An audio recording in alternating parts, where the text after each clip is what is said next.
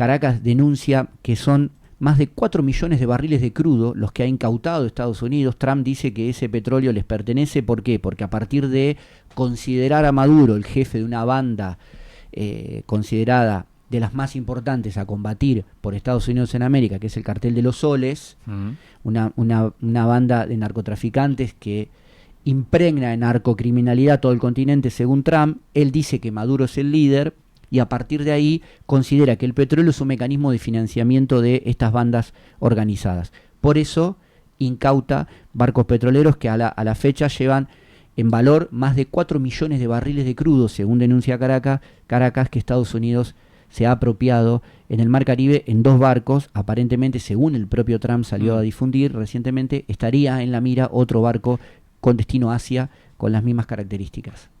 Pero de alguna forma Trump confunde a Maduro con el país, porque el petróleo no es de Maduro, es del país, es de Venezuela. Bueno, habrás visto recientemente que han habido manifestaciones en las calles de Caracas, sobre todo, pero en las ciudades más importantes de Venezuela, respecto de la oposición a lo que ellos consideran un bloqueo ilegítimo, con todo lo que esto implica respecto de estas versiones que lleva adelante Estados Unidos, la administración Trump, porque también hay que decirlo, que después lo vamos a profundizar, que tampoco Trump es todo Estados Unidos, ¿no? Porque tiene bastantes problemas internos. Seguro. Y en este caso, él sí omite la diferenciación, ¿no? La obra del autor. Para él, Maduro es Venezuela, Venezuela es un narcoestado, con lo cual hay que intervenir independientemente de quién lo conduzca. Por eso dice que la única forma de que esto frene es que Maduro entregue el poder, ¿no? Bueno, pero esto suena a un derrocamiento remoto. En principio el bloqueo tiende a asfixiar económicamente a Venezuela, un país que a partir del bloqueo, pero ya venía de antes, tiene más de 550 puntos de inflación, el 70% de los hogares es pobre, 8 de cada 10 pibes no llega a cubrir las necesidades básicas alimentarias. Informes que Human Rights Watch y otras organizaciones internacionales han hecho público, independientemente de la veracidad de la información. Sí. La realidad es que Venezuela no venía bien, Estados Unidos está intentando asfixiarla, y ahora Trump le agregó una tercera versión que tiene que ver con la inmigración calaña, ¿no? A ver, porque Trump ha utilizado, nosotros lo hablábamos respecto de el discurso de Kast, por ejemplo, y qué relación había con algunas menciones en la campaña política del propio Trump, vinculado con qué, con las deportaciones masivas que se han dado últimamente de ciudadanos venezolanos desde Estados Unidos hacia Venezuela. También hay que decir que se han dado casos de ciudadanos ecuatorianos, colombianos. Hay un caso de una ciudadana argentina también, casada incluso con un norteamericano, que está a la espera de saber si va a ser deportada o no. ¿A partir de qué? De que Trump dice que la inmigración, sobre todo ingresando a Miami, de parte de venezolanos en Estados Unidos, él los considera una calaña, porque dice que son personas malavidas, que no vienen a trabajar, sino que vienen a generar las células terroristas, como dice él, del Cartel de los Soles, para introducir no solamente negocios ilegítimos, como por ejemplo el tráfico de armas, el tráfico de drogas, la trata de personas. Es decir, le agrega todo un condimento, como siempre hemos hablado acá, una importante ensalada, que además tiene como dato un hecho interno que tiene que ver con una censura supuestamente que están denunciando algunos medios de Estados Unidos, sobre todo cadenas, si querés, asociadas a los demócratas, que no le estarían dejando difundir un convenio firmado entre Trump y Bukele, es decir, Estados Unidos y El Salvador, para que El Salvador, a partir de las cárceles que puso en boca de todo el mundo Bukele, casi cinematográficamente, donde metió preso a cualquier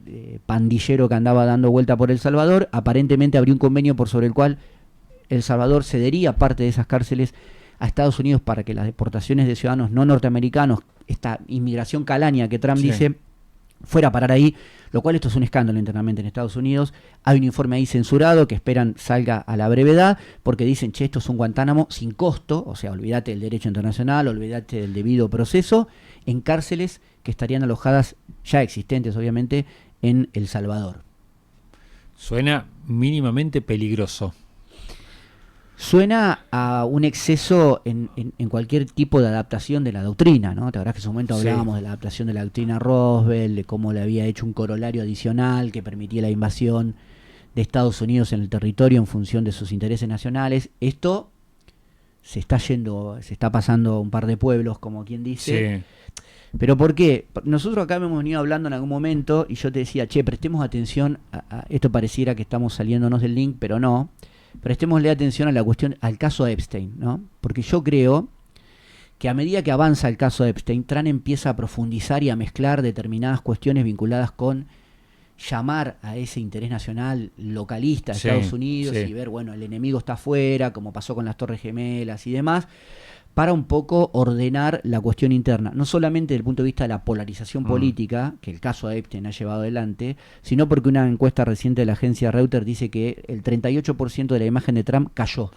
El caso Epstein, recordemos, es el caso de este empresario multimillonario que tenía una suerte de isla de dependencia, en donde una mansión, donde invitaba a sus amigos, a personas muy famosas de Estados Unidos, y donde todas las fuentes y todos los indicios llevan a pensar que era un centro de trata de personas con menores de edad que ejercían la prostitución, y donde los amigos del poder iban ahí a pasar un fin de semana o a compartir fiestas.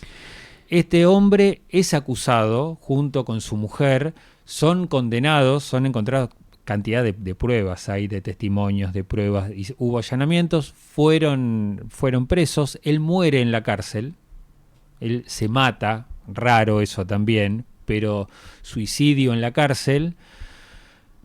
Todos los secretos o parte de los secretos se van con Epstein y su muerte, pero ahora empiezan a salir más fotos y empieza a surgir más material y empieza a haber más testimonios de personas que lo ubican a Trump en esas fiestas, en esa mansión, en esa isla del placer prohibido, y amenazan con tirar abajo su imagen. Y vos decís que ya parte de esto está sucediendo. Parte de esto está sucediendo, ¿por qué? Primero y principal, porque acá es interesante esto que vos planteás. ¿Por qué? Porque en el 2019, cuando lo encuentran sin vida en una celda donde se encontraba Jeffrey Epstein, aparentemente él anteriormente a esta cuestión, no es que lo dejó escrito, sino que anteriormente lo habría manifestado que habría una lista, él tenía una lista dentro de su enorme red de contactos del poder más alto que nos imaginemos, donde se suponía que él en algún momento, en caso de avanzar el juicio, iba a empezar a dar a la luz la vinculación de esa lista que él tenía con los casos estos que vos mencionás, donde Petro lo define como banda de pedófilos, ¿no? Cuando él sale a bancar a Maduro, dice: nosotros no nos vamos a dejar invadir por una banda de pedófilos. Estaba haciendo referencia al caso de Epstein. Pero el dato de esto es que la polarización interna no solamente está dentro de la ciudadanía en Estados Unidos y dentro de los demócratas, como es de esperar, sino dentro de los republicanos. Acá hay un nombre que lo vamos a tener que seguir, que es el de Taylor Greene, que es una congresista, una mujer congresista republicana, miembro del MAGA, ¿no? Make America Great Again, esta horda de seguidores que hasta ahora eran incondicionales de Trump, que empezó a darse cuenta de que la idea de liberar los archivos de Epstein, porque ahora son públicos para la prensa norteamericana, no estaba tan mal vista en tanto y en cuanto al paladar republicano. La cuestión de la corrupción y el caso de Epstein le venía molestando en tanto y en cuanto le creyeron a Trump cuando Trump todo el tiempo dijo: yo no tengo nada que ver con esto. Porque incluso recordaremos que Trump al principio decía: sí, vamos a liberar todos los archivos. Después empezó a recular hablando en criollo y llegó a denunciar, a acusar a esta Taylor Greene de traidora, a tal punto que la congresista renuncia, recientemente acaba de renunciar a su banca en el Congreso de Estados Unidos, recordemos, es republicana. Y sigamos este nombre porque el año que viene hay elecciones intermedias, se modificaría el Parlamento de Estados Unidos y eso genera mucha tensión. Por eso ese caso, el caso de Jeffrey Epstein, un financista que formó parte de Standard & Poor's, que formó parte de la Fundación Clinton, un tipo que vino del mundo de las finanzas, hipervinculado, y que incluso en esto que vos decís respecto de los casos en los que se le fueron encontrando causas muy sólidas, habría sido parte de una organización que cazaba personas durante la disolución de Yugoslavia en los Balcanes, ¿no? Esto es una cosa que vos decís, se ve en las películas, el nivel de perversión de estos tipos con mucho poder, pero aparentemente también hay una línea de investigación ahí con un grupo de italianos que formarían grupos de caza, literal, de personas caza que estaban humana, perdidas, mayoritariamente musulmanes, en los Balcanes durante el proceso, antes de la mitad de la década del 90, de la disolución de Yugoslavia. Hasta ahí llegaría toda esta cuestión, además de las fotos públicas con Michael Jackson, con Mick Jagger, con el propio Trump. Algunas dicen que son verdad, otras que no, pero este muñeco, Jeffrey Epstein, tenía un nivel de vinculación muy grande y a medida que ese caso aumenta, está generando dentro de los republicanos, pero también dentro de las reacciones de Trump, Sí.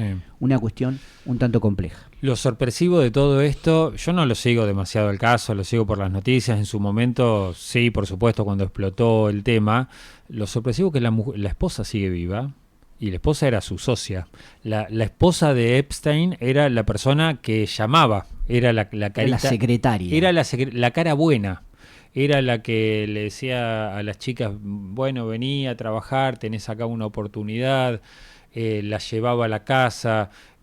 Era la entradera, ¿no? Incluso los demócratas dicen que la mujer de Jeffrey Epstein era la recaudadora de los fondos por sobre los cuales también se sospecha. Por eso hay algunos republicanos que ya empezaron a decir, che, vamos a separar la obra del autor, vamos a empezar a tomar un poco de distancia de Trump, porque habría también un mecanismo de seguimiento de un proceso de financiación del dinero que recaudaría la esposa y Jeffrey Epstein para las campañas republicanas, que en este caso republicano en este punto es decir Trump, Sí. en cuanto se analiza la relación de Jeffrey Epstein con Donald Trump, de fotos donde muy pibe se hicieron amigos y el poder los unió todavía más. Muy bien, tomamos en cuenta esto que vos decís, seguimos de cerca el caso porque en torno a este caso podría haber noticias que tienen que ver con lo político, no con lo policial. Con lo político también, tal vez. Con lo policial para Trump.